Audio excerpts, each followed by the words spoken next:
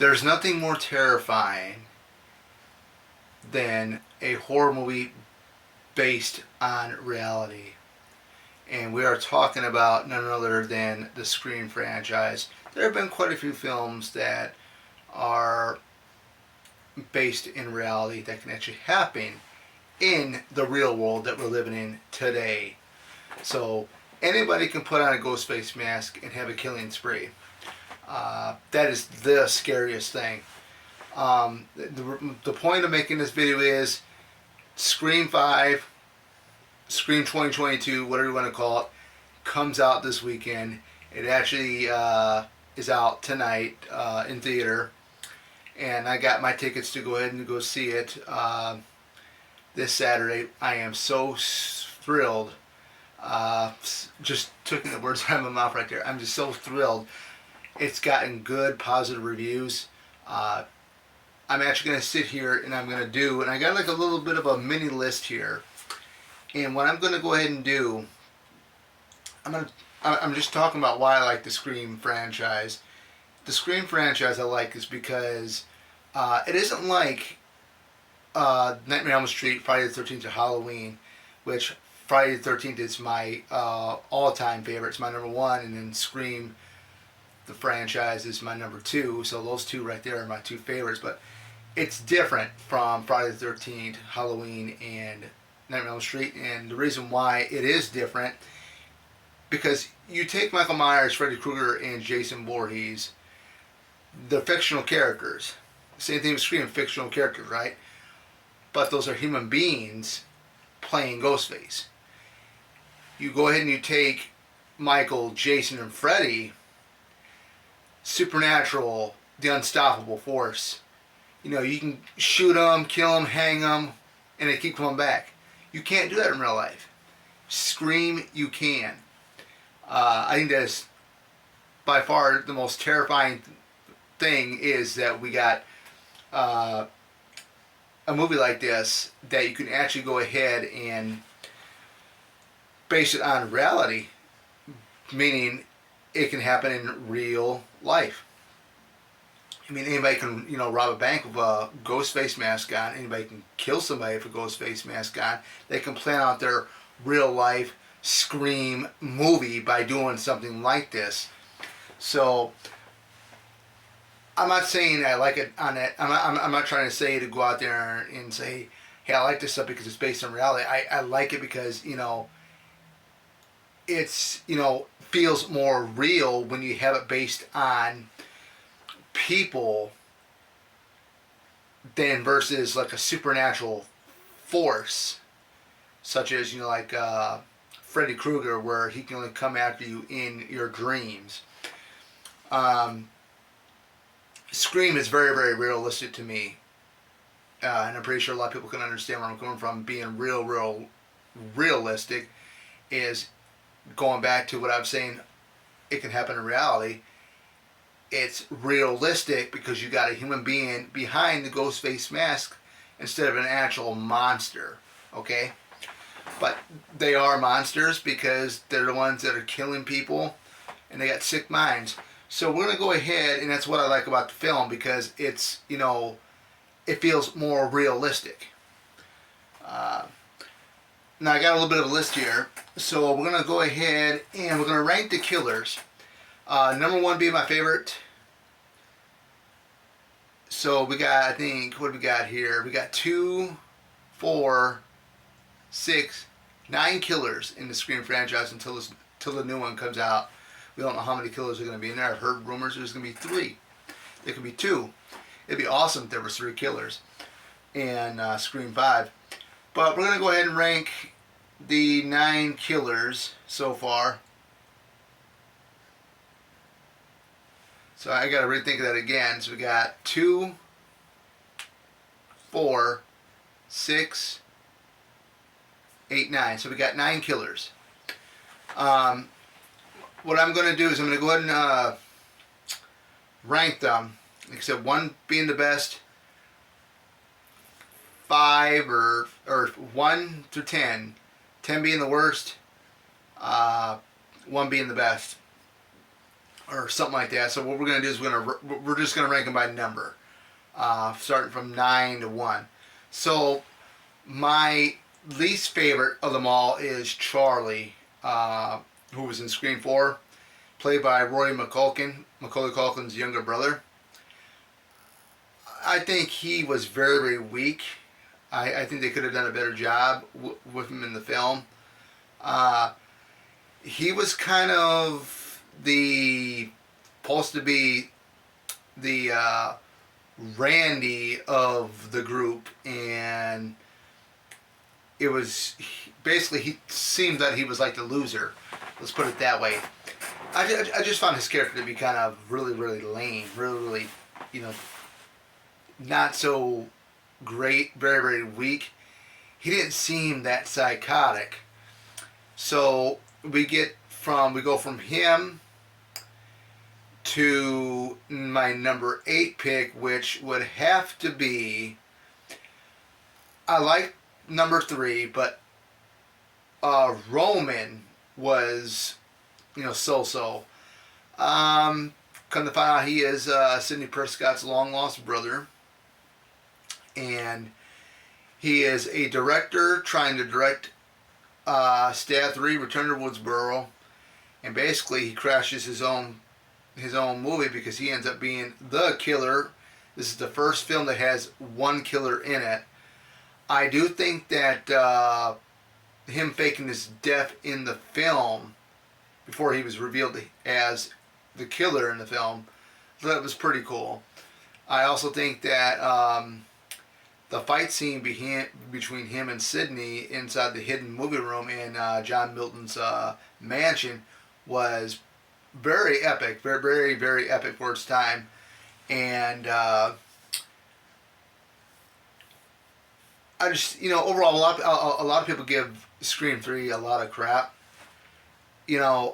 I look back at it, it was the first DVD that I ever owned when the DVDs were coming out. And I bought it, and I still got it today, and I'm going to show you. So we got Scream 3 right here. This is the DVD Dimensions, which they're no longer even around anymore. Collector's edition. Okay? I love the poster art. Poster art is pretty cool. A lot of people give this film crap. It actually ranks number 3 in my ranking. So, what more can you say about Scream 3? It was pretty good. I mean, the thing is, it was a lot more comedic than the first two. That's why I think a lot of people have a problem with it. I mean, I'm not a big fan of, actors portraying characters in the film of the actual character that's in the film. Like, say you got Courtney Cox, Gail Weathers, and you got Parker Posey playing her character, Jennifer, playing Gail Weathers in Stab 3, Return to Woodsboro, okay? Oh, that was kind of dumb, but, other than that, I like it. It's, the film wasn't that bad. It wasn't all that bad, like some people say, but, for my number 3 pick for the killer, I'm going to go ahead and have to say Mickey. Mickey would probably be my number 7, I would have to say, because this guy was so over the top. He was so over the top, and he has this whole idea about his theory of his motive of why he did what he did with the killings. I'm going to blame the movies. And, this guy was off the wall. He was just very, very insane. And actually, I kind of like that because this, like I said, guys, this is the stuff that you see that can happen in the real world that we're living in today. That's what's scary. You have all these people walking around here. They probably have psychotic tendencies, and Mickey is a perfectly good example of that. And that's probably one of the scariest things when you're friends with somebody and all of a sudden that friend ends up being a psychopath. Okay, so I don't remember what number we're on now with these. We got, I think it's 6, so we're on number 6. So I think my number 6 pick would have to be Debbie Salt, Mrs. Loomis, who was portrayed by Laurie Metcalf of Roseanne fame. I thought she did a real good job. That was pretty much the best part of Scream 2. I love everything about Scream 2. It is my favorite Scream sequel. I think the character of Debbie Salt, Mrs. Loomis, was very, very Friday the 13th center, because she, as you know, Mrs. Voorhees did her killing spree because the counselor weren't paying attention and Jason drowned. In this scenario with Mrs. Loomis here from Scream 2, it's the other way around. She had walked out of her son Billy Loomis's life. Okay, nobody really has no idea why she came back into it. She read Gail Weller's The Woodsboro Murders book. So, you know, I don't understand. You're going to come back after you abandoned your son because your husband had an affair with your son's girlfriend's mother. It just, you know, doesn't make any sense, but I can see, yeah, that's family. But after hearing about what transpired that Gail had wrote in her book, it ticked off Mrs. Loomis. So basically it's Mrs. Voorhees' scenario where her son gets killed, she wants revenge, that type of thing. And I really, really, really loved that whole aspect of Scream 2. I mean, everything, even from the college setting, the characters were awesome. Let's not forget about the Ghostface, which, you know, basically it is Mickey that's playing Ghostface when he's going after the cops when they're taking Sydney and Holly off to a secluded location for their protection, and Ghostface attacks them. I remember particularly after the one, I think they call him the FBI agent, but I'm gonna call him cop. Was his throat gets slit, and then the other one gets kicked in the face, then gets bashed up against the door of the cop car, and he gets thrown across it, and he gets up and he says, you know, get out of the car, you fucker, like that. And part of my language, I had to say that. It was just comical. That part was kind of comical. Pull on, you son of a bitch! Pull your heads off, you know, like that. And then, of course, he meets his demise. But I think the final showdown was really, really awesome. In the auditorium on the stage, that was really cool. You got Cotton Weary, ends up becoming the hero. We're going to go ahead and now we're going to jump into another favorite killer of mine in the Scream franchise, and we're talking about none other than Jill Roberts. She's right up there with Billy Loomis. I'm not a big, like I said, I was not a big fan of Scream 4, but I have to give Emma Roberts credit here. When she had killed off pretty much everybody, including, we thought, Sydney, she ends up basically brutalizing herself. You know, one scene she was ran right into a picture frame.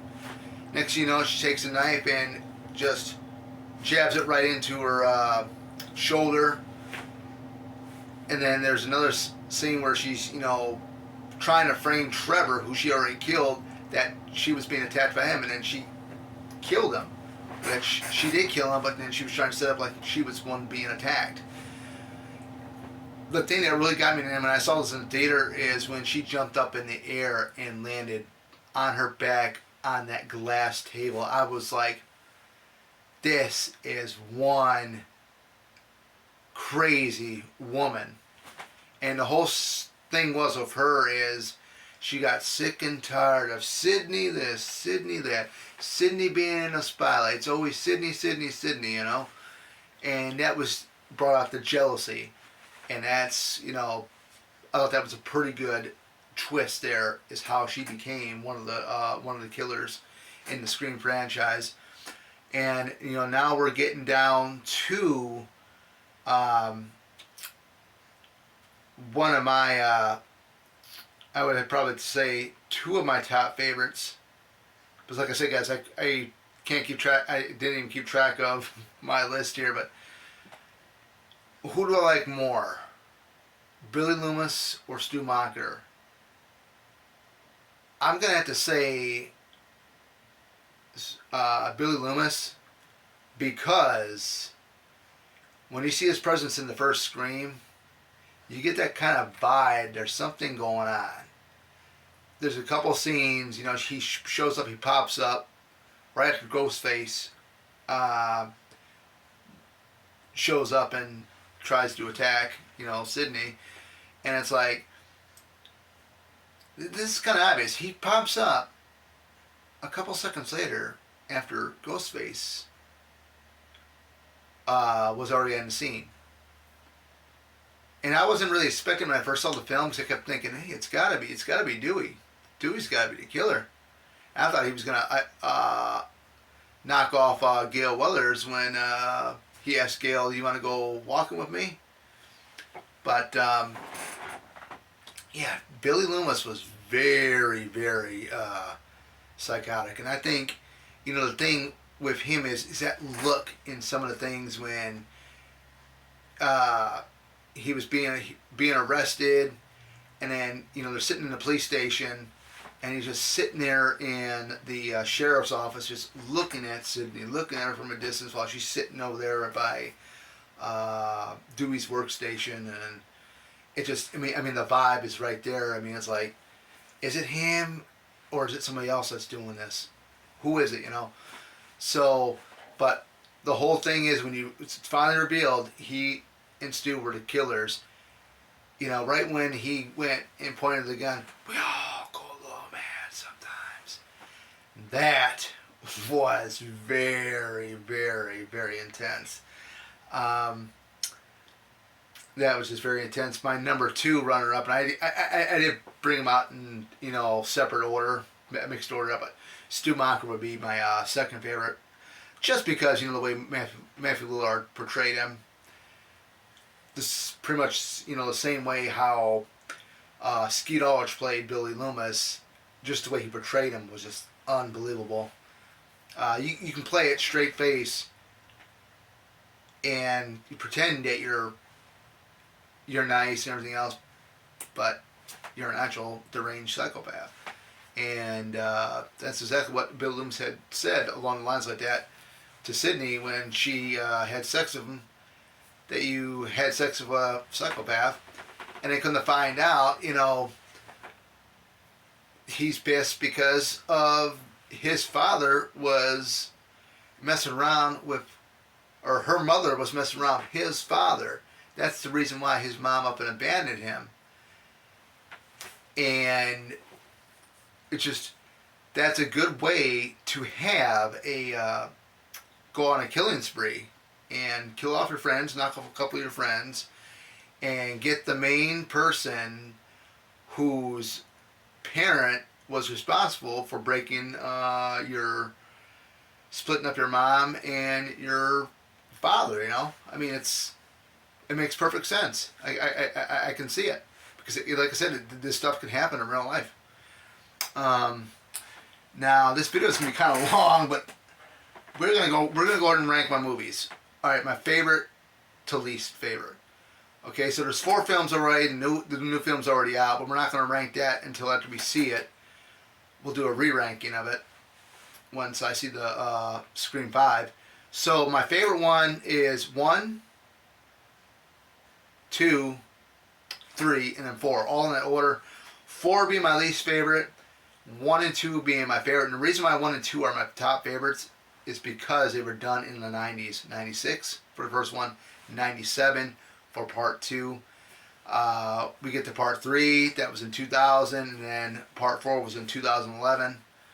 I just think 96, 97 for, you know, the Scream franchise, it really captured the 90s feel. So that's why I like them.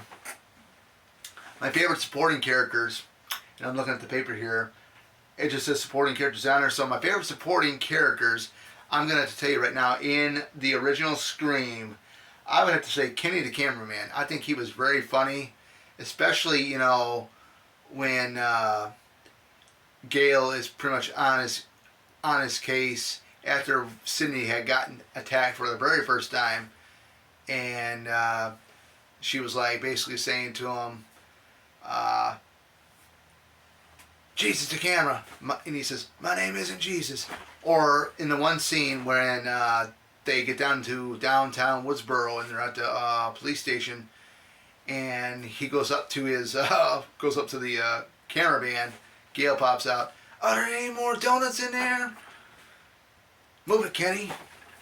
So, I think the thing that was really, really funny with Kenny, though, was when all this stuff was taking place on the Macher residence, is when Sidney runs up to the camera van, and of course Kenny's inside there, and then, you know, Gale earlier put a camera, but it's like on 30-second delay or something, and Ghostface comes into the living room.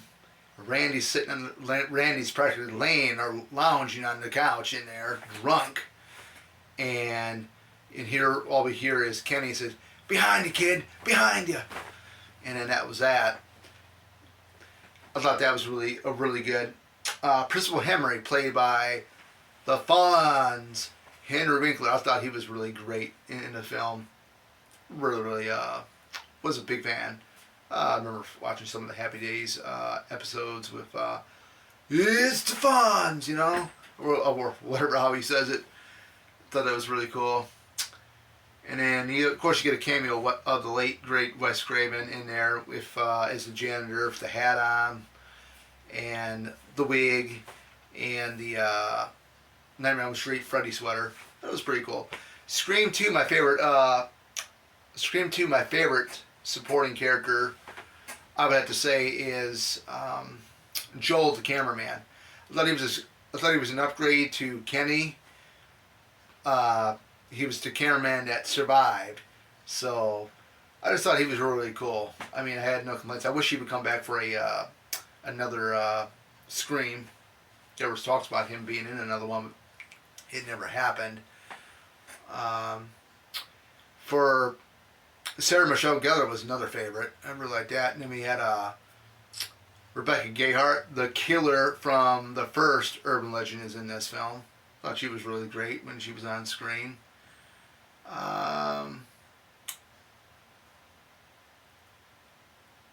For number 3, I would have to say, I think the cameo of Carrie Fisher was awesome. I really liked Lance Henriksen in the film. I thought he was really good. It's John Milton, the horror director. Thought he was really great. But